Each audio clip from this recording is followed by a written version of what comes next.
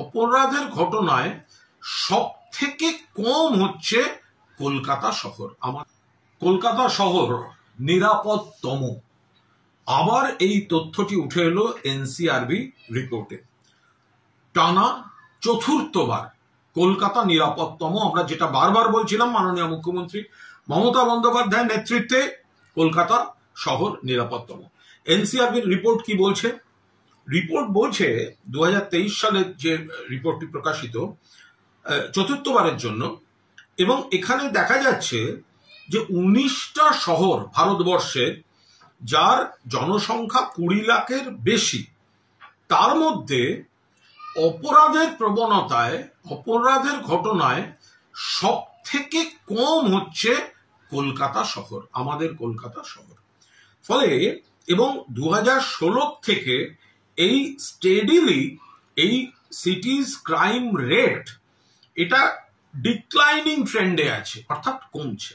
এর সঙ্গে আমি আর একটা বিষয় যোগ করব, সেটা হচ্ছে যে একটা তো হচ্ছে নিরাপদতম, কম অপরাধের ঘটনা কমছে, আমরা চাই একটাও না হোক, কিন্তু এটা তো সমাজ। ফলে বিচ্ছিন্ন কিছু ঘটনা যার সঙ্গে রাজনীতির কোনো যোগাযোগ নেই, আইন শৃঙ্খলা খুব ভালো, নিরাপদতম শহর, মহিলাদের জন্য নিরাপদ।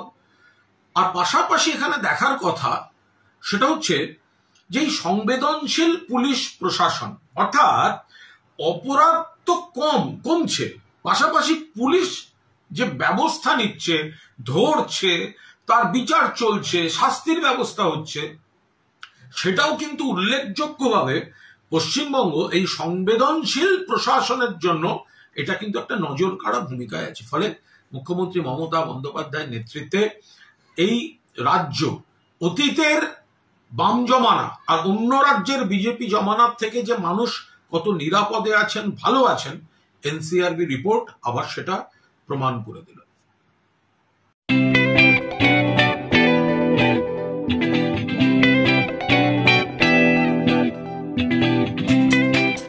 পরিবারে কেউ নেশাগ্রস্ত, কেউ মানসিক সমস্যায় ভুগছেন, চিন্তা নেই, আছে মুক্তি ফাউন্ডেশন। মুক্তি ফাউন্ডেশন মানসিক রোগের চিকিৎসা, সাইকোথেরাপি ও কাউন্সেলিং, ফ্যামিলি কাউন্সেলিং ও নেশা চিকিৎসা করে। আপনার পরিবারের কোনো সদস্যের এমন কোনো সমস্যা থাকলে যোগাযোগ করুন আমাদের সঙ্গে। মুক্তি ফাউন্ডেশন, কেশিয়ারি থানার কাছে, পশ্চিম মেদিনীপুর। নেশাগ্রস্ত মানুষদের জীবনের মূল স্রোতে ফিরিয়ে আনতে চাই বিশেষ ধরনের চিকিৎসা পদ্ধতি, যা নিয়ে এসেছে মুক্তি ফাউন্ডেশন। আজই যোগাযোগ করুন আমাদের সঙ্গে। পরিবারের সদস্যকে সমাজের মূল স্রোতে ফিরিয়ে আনুন। যোগাযোগ নম্বর 7478306038।